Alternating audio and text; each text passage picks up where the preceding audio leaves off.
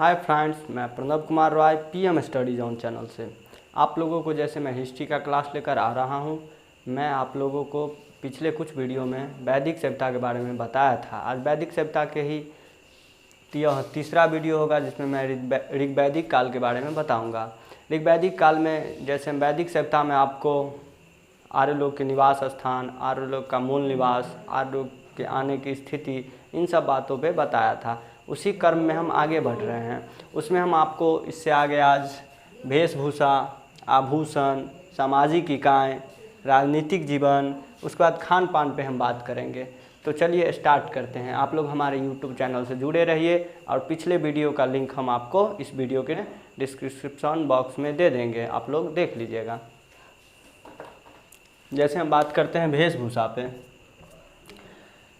आर्य लोग का जो वेशभूषा था वो सूती और ऊनी वस्त्र दोनों था।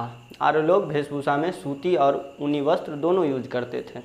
और उन लोगों का जो पहनावा था, उनका जो उस समय का जो नाम था वह वाइसस मतलब कमर के ऊपर पहने जाने वाला वस्त्र। उसके बाद निबी, कमर के नीचे पहने जाने वाला वस्त्र। निबी किसको कहते थे? कमर के नीचे पहने जाने वाले वस्त्र को निबी कहते थे। उसके बाद अधिवास, चादर या दुपट्टा, ओढ़ने वाली जो चीज़ होती थी उसे हम अधिवास कहते थे, चादर या दुपट्टा। उसके बाद बात करते हैं हम आभूषण में। आभूषण में ये लोग स्वर्ण आभूषण जो पहनते थे उसे निशाका कहा गया है। स्वर्ण आभूषण जो पहनते थे उसे निशाका कहा गया है। उसके बाद कुछ आभूषण कुरीर, निक्स, कर्ण शोभन। कुरीर माथे पे पहना जाता था। स्वर्ण आभूषण ही होता था कुरीर, जो माथे पे पहना जाता था। निक्स ये गले में पहना जाता था।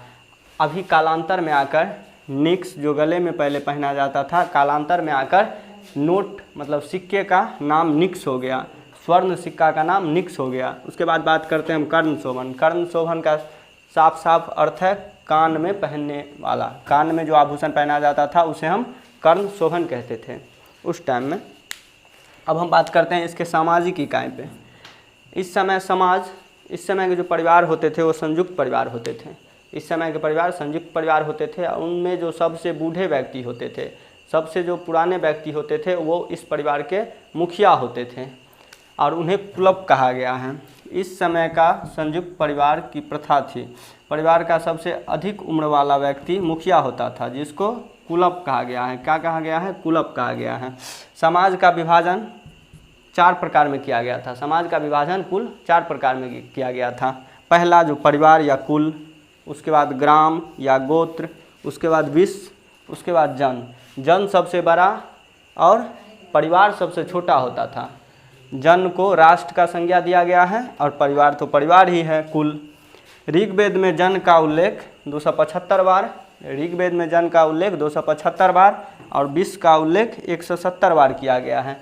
मतलब उल्लेख के आधार से भी आप पता लगा सकते हैं, जो जिसका ज़्यादा उल्लेख किया गया है ऋग्वेद में वो कहीं ना कहीं उससे सर्वोच्च होगा, मतलब उससे ज़्यादा मान्यता का होगा। 275 बार उल्लेख ऋग्वेद में किया गया है जन का और 170 बार किया गया है विश्व का। अब हम बात करते हैं खान पान पे। ऋग्वैदिक काल के जो आर्य लोग थे वो खान पान किस प्रकार के करते थे? खान पान ये लोग शाकाहारी और मांसाहारी दोनों प्रकार के करते थे। शाकाहारी और मांसाहारी दोनों प्रकार के करते थे। दलहन भी इन लोगों का खाना में मतलब पदार्थ था। उसके बाद हम बात करते हैं बकरी, गाय, पशुओं का जब बलि दिया जाता था तब ये लोग उनके भक्षण करते थे और इनके पुरोहित जो होते थे वो भी इनके भक्षण करते थे। अश्वमेध यज्ञ जब होता था, अश्वमेध यज्ञ समाप्त होने के बाद ये लोग घोड़े का मांस खाते थे और गाय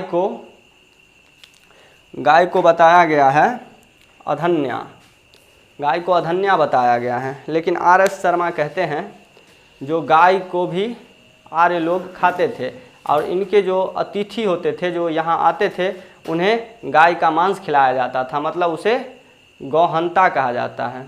अतिथि को गौहंता कहकर कौन? आर.एस. शर्मा जो प्राचीन भारत लिखे हैं, NCERT 11th का बुक, उनके द्वारा बताया गया है जो आर्य लोग गाय का मांस भी खाते थे। और ये लोग पेय पदार्थ में सूरा और सोमरस यूज करते थे। सूरा और सोमरस जब यज्ञ समाप्त होता था, कोई विशेष प्रयोजन होता था तो सोमरस लेते थे और सूरा ऐसे ही सामान्य स्तर पे लिया जाता था। उसके बाद इन लोगों का जो सबसे प्रिय भोजन था वो शाकाहारी ही था। इन लोगों का सबसे जो प्रिय भोजन था वो शाकाहारी ही था, जैसे दूध, घी, दही ये लोग यूज करते थे। उसके बाद हम बात करते हैं राजनीतिक जीवन पे। इस काल में राजनीतिक जीवन जो थी वो आर्य और अनार्य के बीच युद्ध से चलती आ रही थी।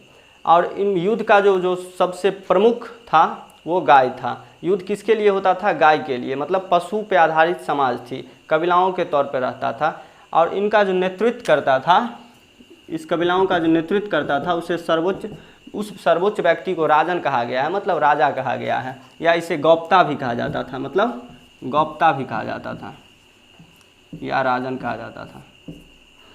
इसके सहायता के लिए पुरोहित, सेनानी और ग्रामणी नामक प्रमुख अधिकारी होते थे। कौन कौन होते थे? राजा के सहायक, प्रमुख सहायक, पुरोहित, सेनानी और ग्रामणी।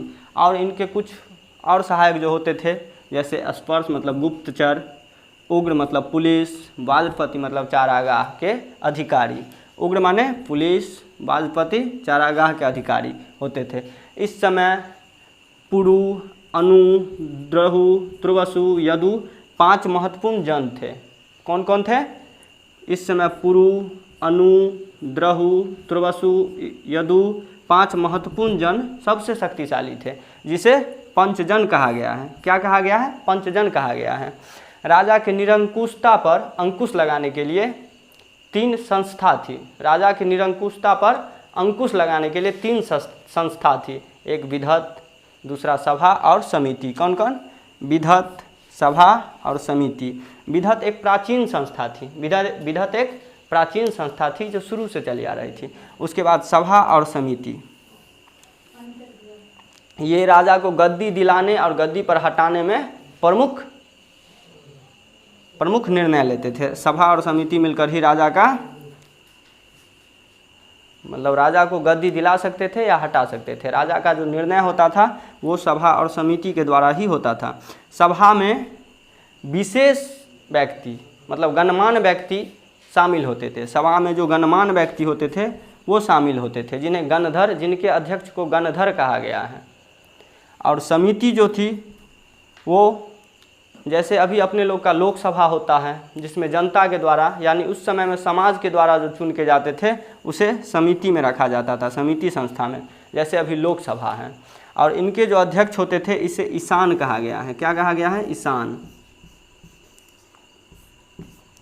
समिति के। और सभा जो है अपने लोग के, अभी जैसे राज्यसभा है अपने लोग का, वैसे ही राज्यसभा के तौर पे सभा संस्था था।